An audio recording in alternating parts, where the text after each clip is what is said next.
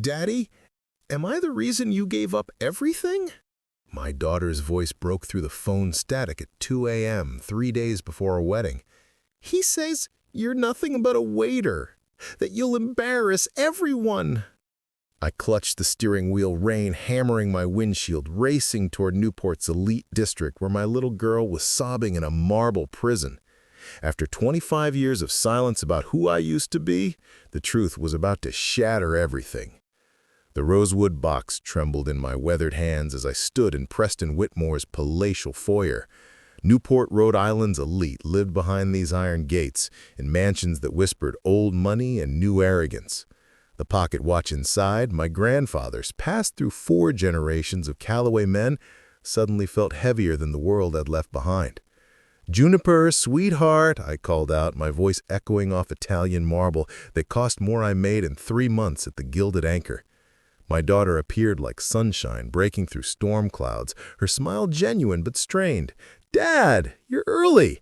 She kissed my cheek, her designer perfume replacing the vanilla extract she used to dab behind her ears as a child playing dress-up.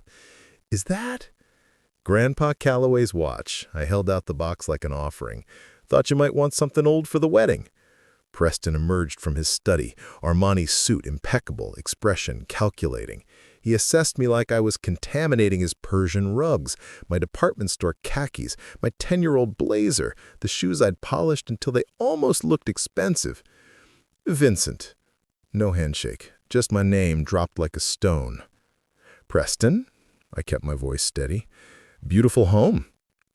$6.3 million, he responded as if price tags were proper greetings. The renovation alone cost 1.2. Juniper's fingers found the watch, tears gathering. "Dad, this is perfect. Remember how Grandpa used to let me listen to a tick?" "Antique," Preston interrupted, barely glancing at our family treasure.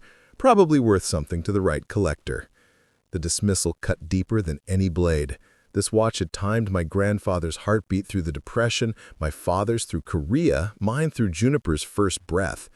But to Preston it was just another asset to evaluate. "Dinner's ready," Juniper's Aunt Celeste called out, her voice a lifeline in drowning silence. We moved to the dining room, another museum of Preston's success. Crystal chandeliers cast shadows that felt like prison bars. I took my assigned seat, the one furthest from Preston, closest to the kitchen, the helps position. 400 guests, Preston announced, slicing his Wagyu beef with surgical precision. Governor Hartley, Senator Blackwood, the entire board of Whitmore Industries. "That's wonderful," I managed, though each name felt like another wall between Juniper and me. "The venue alone is costing $90,000, he continued, each number a calculated blow. "The flowers, $45,000. Juniper's dress—" "Preston, please," Juniper interrupted, but he raised his hand. "Your father should understand the magnitude of this event, darling." His eyes found mine, cold as winter granite. "This isn't just a wedding. It's a merger of dynasties." I set down my fork, appetite gone. "I just want Juniper to be happy." "Happiness," Preston laughed, sharp and bitter. "Happiness doesn't secure futures. Connections do. Status does." He paused, letting the words settle. "Which brings me to a delicate matter." Juniper's hand froze halfway to her glass. "What matter?" "Your father's attendance." The words hung like a guillotine blade. Preston's words echoed in the silence. "Your father's attendance." Juniper's champagne glass trembled. "What about Dad's attendance?" "Follow me, Vincent." Preston stood, his movement dismissing everyone else. "We need to discuss this privately." The terrace overlooked Narragansett Bay, lights twinkling like scattered diamonds on black velvet. But the beauty felt mocking, a reminder of worlds I'd never inhabit. Preston positioned himself against the railing, master of his domain. "You serve food for a living," he said, without preamble, "at the Gilded Anchor." "I manage the evening service," I corrected quietly, "have for 18 years. "Semantics," he waved dismissively. "You wear a uniform, you clear plates, You serve people like me." Each word was calculated to wound. I watched Juniper through the French doors, pacing, her wedding joy evaporating like morning mist. "My guests include Fortune 500 CEOs, federal judges, the Rhode Island Attorney General. What exactly would you discuss with them? Daily specials? Wine pairings?" "I'd discuss my daughter, how proud I am. Pride doesn't pay for Yale Law School." His interruption was sharp. "Pride doesn't open doors at Goldman Sachs or secure appointments to hospital boards."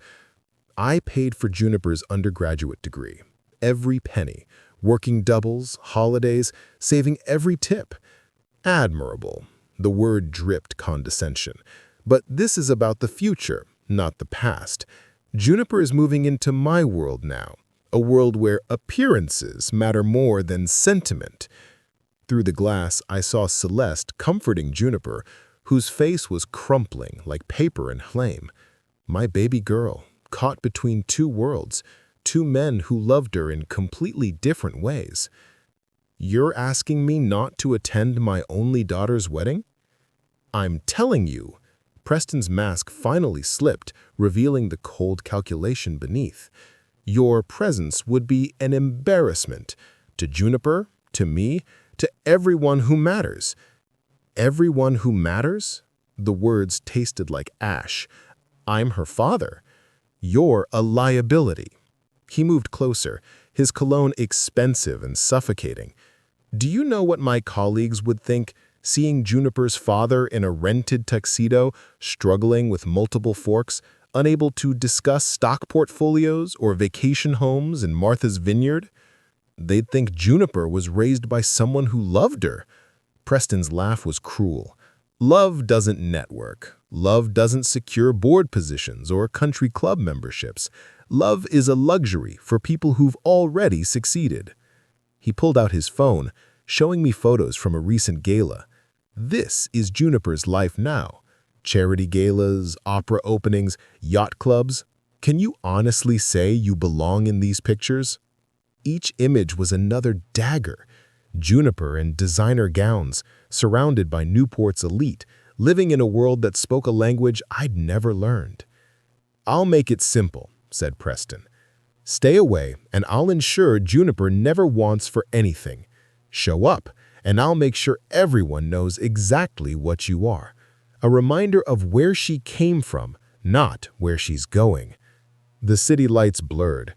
28 years of bedtime stories, homework help, driving lessons, college move-ins, reduced to an embarrassment to hide.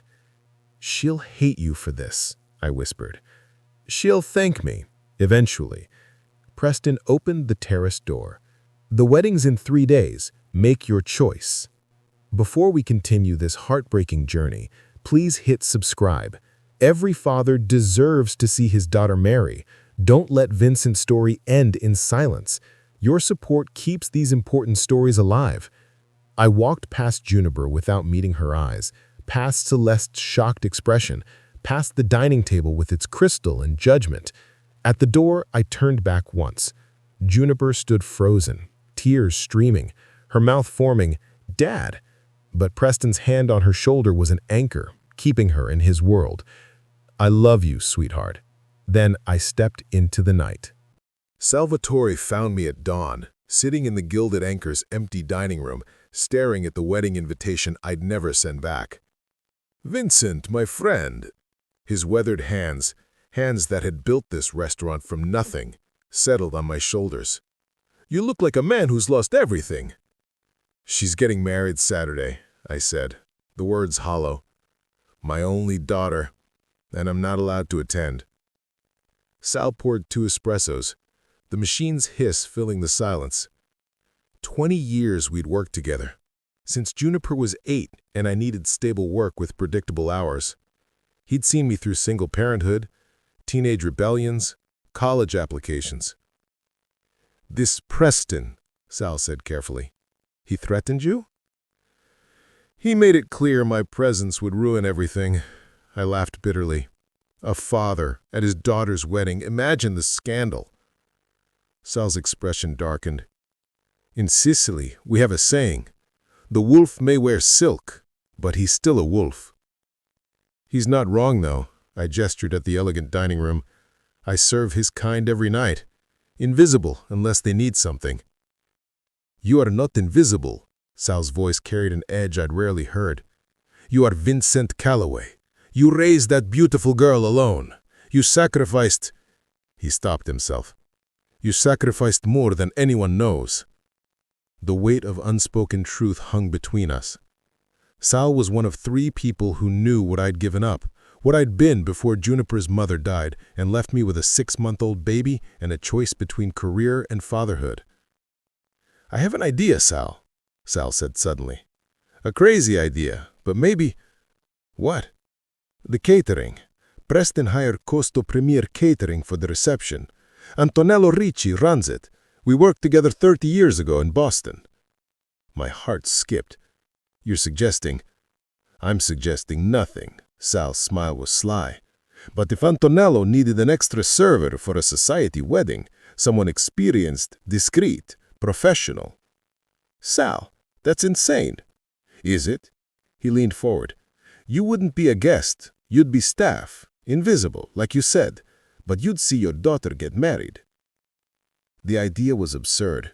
Working my own daughter's wedding, serving champagne to people who thought I wasn't good enough to sit among them. But the alternative was worse. Missing the moment I'd dreamed of since holding Juniper's tiny hand in the hospital. Preston would recognize me immediately. Would he? Sal challenged. Has he ever really looked at you? Men like him don't see people like us. We're furniture that moves, brings drinks, clears plates. He's right. In our 3 meetings, Preston had never truly looked at me, only through me, past me, around me. I'll call Antonello tonight, Sal said, decision made. You need to be there by 10 for setup.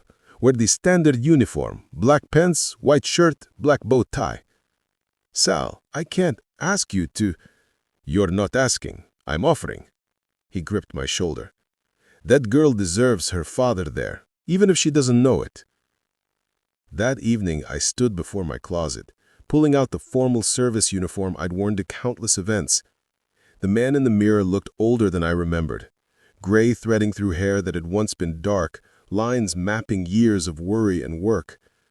But behind those tired eyes lurked something Preston had missed. Determination forged by loss, strengthened by love, unbreakable as Juniper's hold on my heart. If you believe a father's love can overcome any obstacle, please subscribe now. Like this video if you understand that some sacrifices are worth making.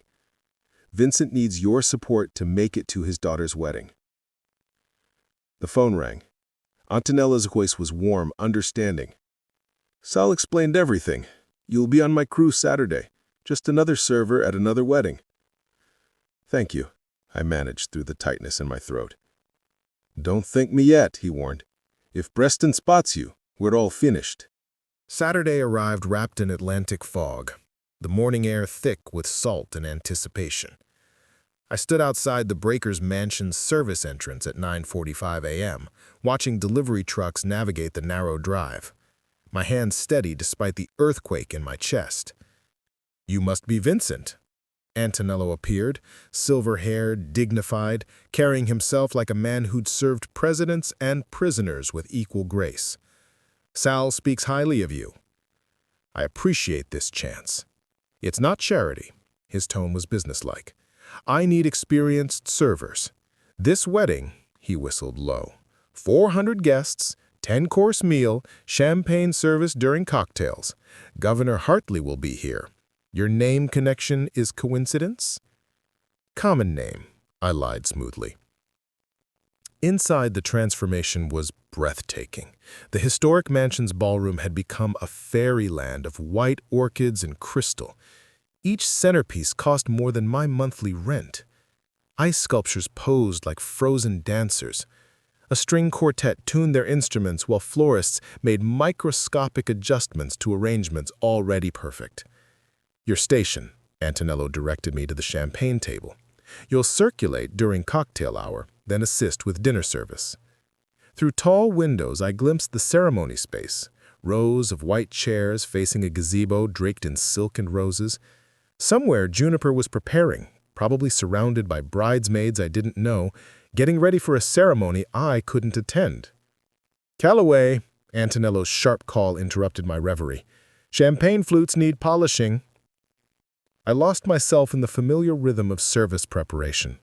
Each glass held to the light, checking for spots, polishing until crystals sang.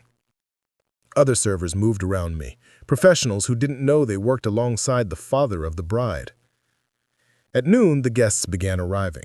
Newport's elite in their designer suits and cocktail dresses, diamonds catching sunlight like captured stars.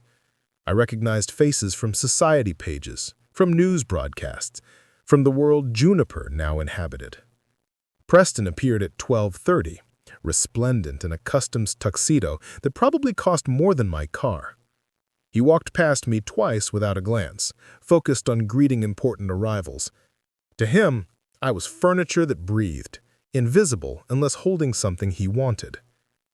Then, I saw her. Juniper emerged from the bridal suite and time stopped.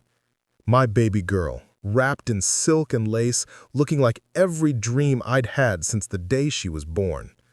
The dress, dear God, the dress, made her look like royalty. But it was her smile that broke me. Bright but fragile, searching the crowd for something missing. For someone missing. "Champagne service begins now," Antonello announced to our team. I lifted my tray, 8 glasses balanced perfectly, and stepped into the crowd. Moving between conversations about stock markets and Senate races, vacation homes and yacht purchases, their words washed over me like expensive perfume, cloying, artificial, meaningless. "Champagne?" I offered to a woman dripping in pearls. "Finally," she sighed, taking a glass without looking at me. "This service at these events is getting slower every year." Near the garden doors, Preston held court with 3 men I recognized from business journals. His laugh carried across the room, confident, commanding, comfortable in this kingdom of his making. "The merger should close next quarter. Once Juniper is settled into married life, she'll join the board. Keep it all in the family." Juniper's life, planned out like a business acquisition. Her dreams, repackaged as corporate strategy. I wanted to throw down my tray, to scream that she'd wanted to be a pediatrician once, to work with children, to matter in ways that couldn't be measured in stock prices. Instead, I offered them champagne. Preston took a glass, his hand brushing mine for an instant. Nothing. No recognition, no awareness that the father of the bride stood close enough to hear his heartbeat. This is the moment where everything changes. If you're still watching, if Vincent's pain speaks to your heart, please subscribe. Share this with someone who needs to know that love finds a way. Don't let this father's sacrifice go unwitnessed. "Ladies and gentlemen," the wedding coordinator announced, "please take your seats for the ceremony." Guests moved toward the garden, leaving me and the service staff to prepare for the reception that would follow. Through the window, I watched them gather. Juniper's new family, Preston's chosen witnesses. But I would be here when she returned. Invisible, perhaps, but present. The reception erupted in elegant chaos. 400 guests flowing into the ballroom like expensive champagne filling crystal flutes. I moved between them, tray steady, expression neutral, every muscle fighting the urge to run to Juniper and tell her I was here. She entered on Preston's arm, glowing with bridal joy that dimmed slightly when her eyes swept the crowd. Still searching, still hoping. My heart cracked watching her force smiles for photographers while scanning faces for the one that wasn't there. "Exquisite affair," a silver-haired man commented to his companion. "Preston certainly knows how to make a statement." "The bride seems lovely, though she looks a bit lost. Probably overwhelmed. Marrying into the Whitmore family is like joining royalty." I refilled their glasses, invisible as air, while my daughter took her seat at the head table, a throne that looked more like a prison. Preston stood for the traditional toast, crystal champagne flute catching light like a weapon. The room quieted, all attention on the man who commanded it with natural authority. But I saw what others missed, the calculating glint in his eyes as they found me near the dessert station. He knew. Somehow, despite my careful anonymity, Preston had recognized me. His smile turned predatory. "Ladies and gentlemen," his voice carried perfectly, "I thank you for joining Juniper and me on this magnificent evening." Appropriate applause rippled through the crowd. Juniper beamed up at him, unaware of the storm building. "Success," Preston continued, "is about recognizing value, understanding the difference between those who contribute to society and those who merely serve it." Several guests shifted uncomfortably. This wasn't the warm, unifying tone expected at weddings. Take, for instance, the staff here tonight. Hardworking, certainly. Necessary, absolutely. But ultimately replaceable. Forgettable. They exist to facilitate our lives, not to participate in them. "Preston," Juniper's whisper carried in the sudden quiet. He ignored her. "He raised a wonderful daughter," Preston conceded with mock generosity. "But raising children is what any biological function can accomplish. True fathers prepare their children for greatness, not teach them to settle for serviceable." Tears ran down Juniper's cheeks, her wedding makeup streaking. The room held its breath, guests exchanging horrified glances at this public execution. "Some people," Preston concluded, looking directly at me, "need to accept their station, need to understand that love isn't enough when it comes without achievement, without status, without the ability to open doors that matter." I set down my tray. The soft sound echoed like thunder. "More champagne, sir?" I asked, my voice carrying clearly across the silent room. Preston's composure cracked. He hadn't expected me to speak, to make myself visible after his calculated humiliation. A woman near the windows gasped softly. "My God, look at his eyes. He looks exactly like—" "It can't be. But the resemblance. That's the man from the medical journals, from 25 years ago. Dr. Vincent Calloway, the neurosurgeon who—" The whispers spread like wildfire. If your heart is breaking for Vincent, if you understand that some cruelties can't be forgiven, please subscribe now. Like this video to stand with every parent who's been told they're not enough. Share this story. Don't let Preston win. Juniper stood slowly, her voice cutting through the growing murmur. "Dad." The single word shattered Preston's control completely. "Dad?" Juniper's voice cracked like ice breaking on a frozen lake. Every eye in the ballroom turned between us, the bride in her silk and diamonds, the server in his black and white uniform. Preston's champagne flute slipped, catching the table's edge with a crystalline chime that seemed to echo forever. "Wait!" The woman by the window stood, her voice carrying the authority of age and recognition. "I knew I recognized you. Dr. Vincent Calloway. You performed my daughter's brain surgery in 1999.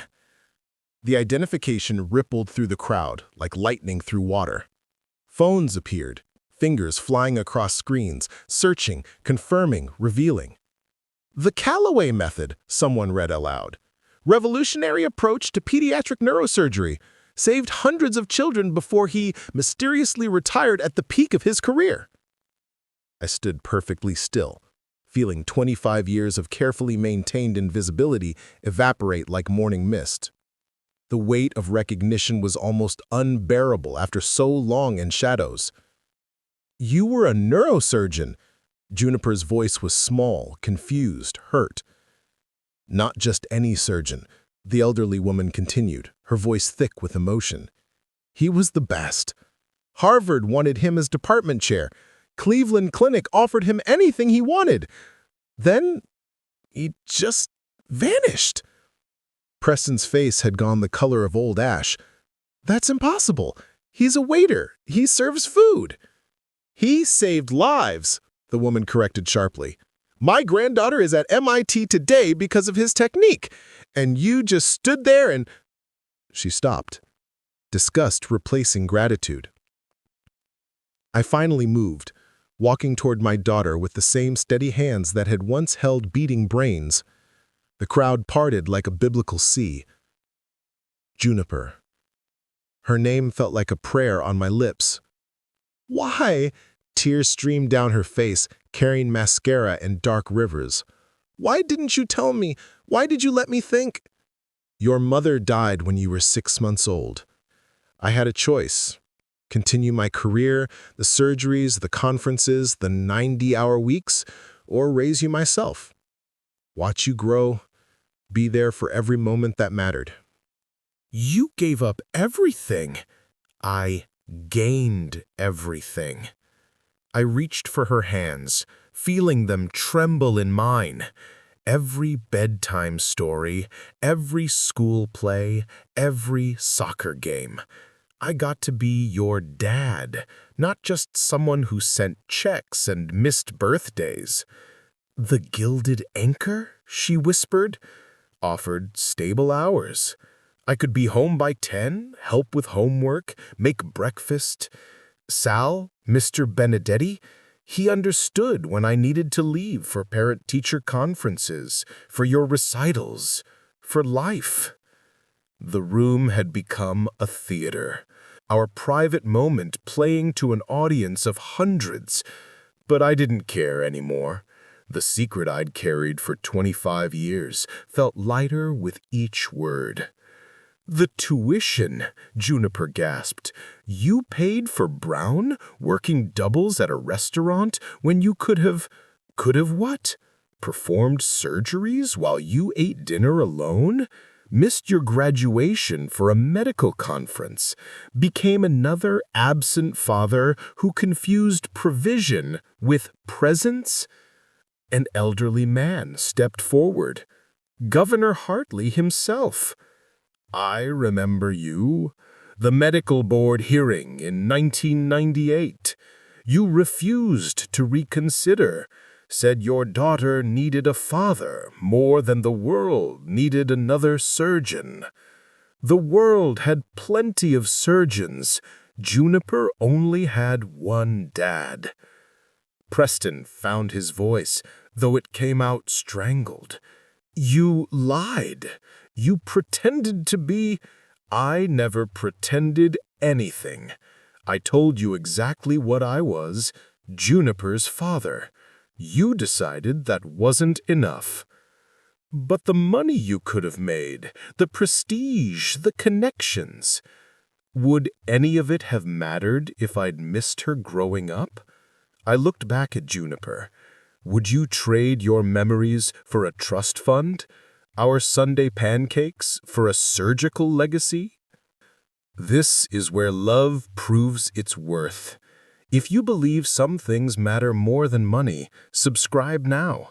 Like this video if you understand that being present is worth more than any paycheck.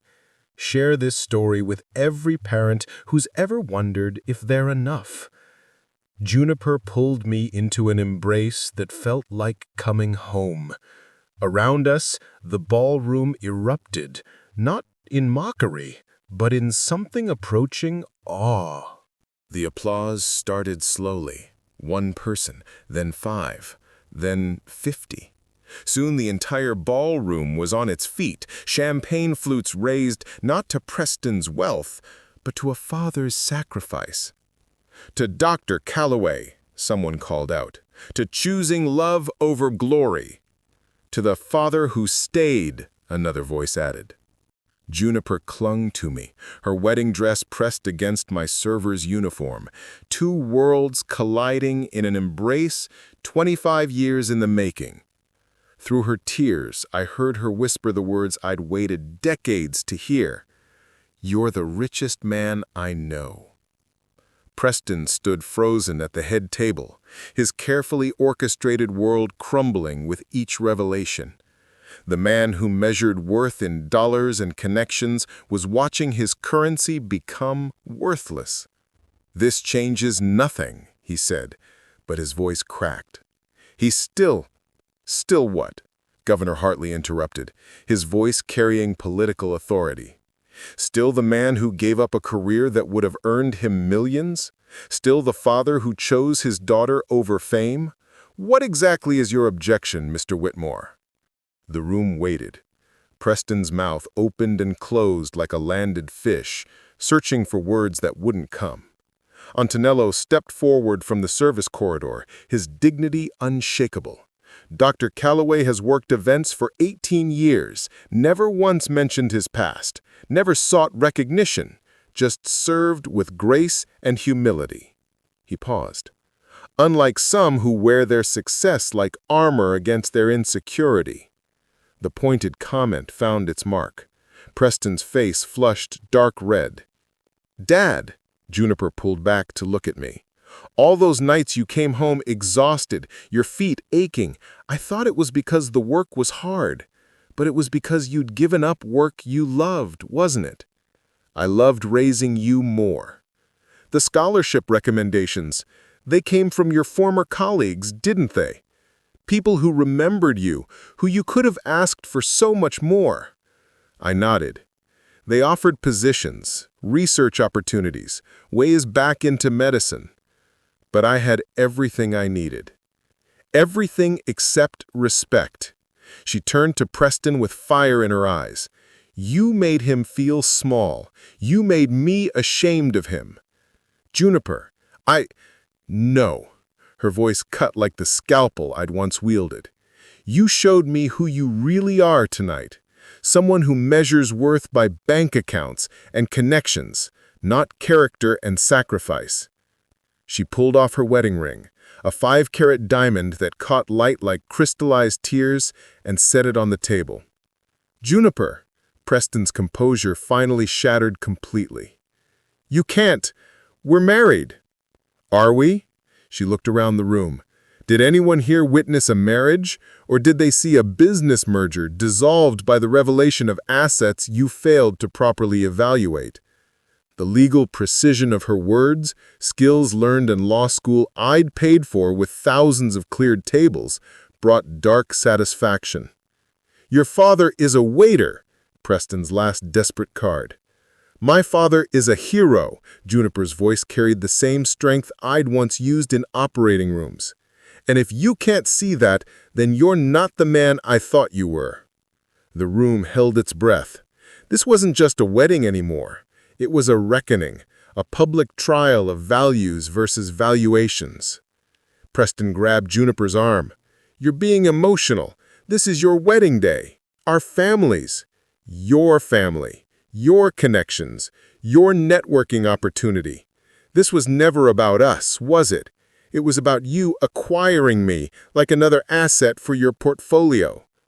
The truth hung in the air like smoke from extinguished candles. "Dr. Calloway," a young man near the bar called out, "would you honor us with a toast, the real father of the bride?" The request rippled through the crowd, becoming a chant, then a demand. Antonello pressed a champagne flute into my hand, his smile warm with vindication. "If you've ever been told you're not enough, if you've ever sacrificed dreams for love, subscribe now. This moment belongs to every parent who chose presence over prosperity. Like and share to prove that love is the only currency that matters." I raised the glass, my hand surgeon steady despite the earthquake in my chest. The crystal flute felt familiar in my hand, not from serving thousands, but from another lifetime when these same fingers had held instruments that mended minds. The room fell silent. 400 of Newport's elite waiting for words from a man they'd ignored all evening. 25 years ago, I began, my voice carrying the authority I'd forgotten I possessed. I held my daughter for the first time. Her mother had just passed, and the nurse asked if I wanted her to call someone, family, friends, anyone. Juniper's tears flowed freely now, her hand finding mine.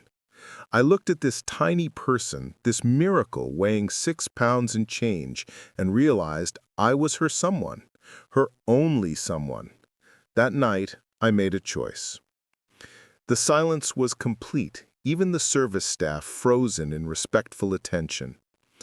Harvard Medical School had offered me chief of neurosurgery. The Mayo Clinic promised unlimited research funding, but Juniper offered me something worth more, the chance to be her dad. Not a visiting father, not a weekend parent, but the man who knew her favorite bedtime story, who learned to French braid from YouTube videos, who sat through 13 years of parent-teacher conferences. Laughter rippled through tears around the room. Mr. Whitmore is right about one thing. I am just a waiter now. But I've served more than champagne and canapes. I've served love at 2 a.m. feedings. I've served patience through teenage rebellions. I've served sacrifice with every double shift that paid for textbooks and tuition. Preston stood abruptly, his chair scraping against marble. This is ridiculous. Sit down. The command came from Governor Hartley, backed by murmurs of agreement. Let the man speak. Preston sank back, defeated. Juniper, I turned to my daughter. You asked why I never told you. The truth is, I didn't want you to feel guilty. Every choice I made freely.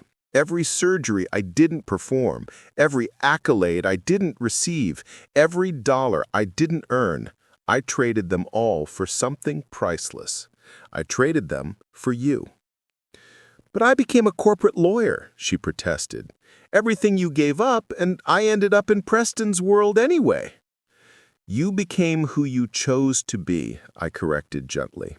That's all I ever wanted. For you to have choices, real choices, not obligations born from my dreams or limitations from my failures.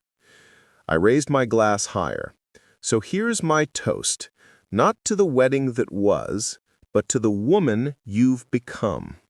To Juniper Calloway, who has her mother's grace and her father's stubborn heart, who deserves love that sees her worth beyond portfolios and pedigrees. To Juniper, the room erupted, but I wasn't finished. And to Mr. Whitmore, I continued, causing a hush to fall. Thank you for showing Juniper, showing all of us, that there are things money can't buy. Integrity, respect, the unconditional love of a father who would work 1,000 weddings just to glimpse his daughter's smile. Preston's face cycled through emotions, rage, humiliation, and finally something that might have been shame. Juniper stepped forward, still in her wedding dress, but somehow looking more like the little girl who'd once declared she'd marry her daddy because he was the best man in the world. Dad, she said loud enough for everyone to hear, would you dance with me? The father-daughter dance, the one tradition Preston couldn't steal, couldn't price, couldn't diminish. Antonello cued the music, not the orchestrated classical Preston had chosen, but Isn't She Lovely, the song I'd sung to Juniper every night for her first year. We danced in the center of that opulent ballroom, surrounded by Newport's elite, and for 3 minutes and 12 seconds we were the richest people in the room. No stocks, no estates, no connections, just love that had survived 25 years of sacrifice and emerged stronger for it. As the song ended, Juniper whispered, I want to leave, start over, figure out who I am without Preston's world defining me. Whatever you choose, sweetheart, I'll be here. Actually, she pulled back with a smile that looked exactly like her mother's. I was thinking about medical school, following in someone's footsteps, just 25 years late. My chest tightened with pride and possibility. It won't be easy, I warned. The hours, the cost. I know someone who's pretty good at working doubles to pay for education, she grinned.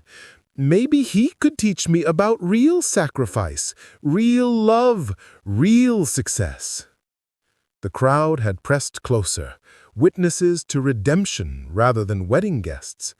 Preston remained at the head table, alone despite the hundreds around him, rich in everything except what mattered. "Dr. Calloway, your shift's over, unless," he smiled, "the father of the bride would honor us by joining the celebration." The invitation rippled through the crowd, becoming unanimous. The man they'd ignored all evening was suddenly the only person they wanted to hear from, to learn from, to understand. But I looked at Juniper, my daughter, my choice, my life's greatest achievement. "Thank you, but I have plans with my daughter. 25 years of catching up to do." We walked out together, leaving behind the champagne and crystal, the silk and society, the wedding that had become a revelation. Juniper's designer heels clicked beside my server's shoes, two rhythms finding harmony. Outside, Newport's night air smelled of ocean and possibility. Juniper laughed, free, uninhibited, young again. "Dad, that watch you brought, Grandpa Calloway's, it's in my car." "Good. Some things are worth more than money. You taught me that tonight." As we reached my 12-year-old Honda, parked far from the guest valet, Juniper stopped. "For what it's worth, Dad, you're not just a waiter. You're not just a former surgeon. You're my hero, and that's worth more than all of Preston's millions." We drove away from the mansion, from Preston's world, from the life Juniper had almost chosen. In the rearview mirror, the lights of the reception grew smaller, dimmer, less important. "So," Juniper said, settling into the passenger seat like she had 1,000 times before, "tell me about being a surgeon. Tell me about Mom. Tell me everything." And I did. For the first time in 25 years, I told my daughter about the life I'd lived before her, the life I'd chosen to leave, and why she'd always been worth it. Thank you for witnessing Vincent's story. If this touched your heart, please subscribe, not for us, but for every parent who's ever been told they're not enough. Like this video to stand with those who choose love over money. Share it with someone who needs to remember that success isn't measured in dollars, but in the lives we touch and the love we leave behind. Your support keeps these important stories alive, reminding the world that a father's love is priceless, that sacrifice is noble, and that sometimes the best revenge is simply being the parent your child deserves.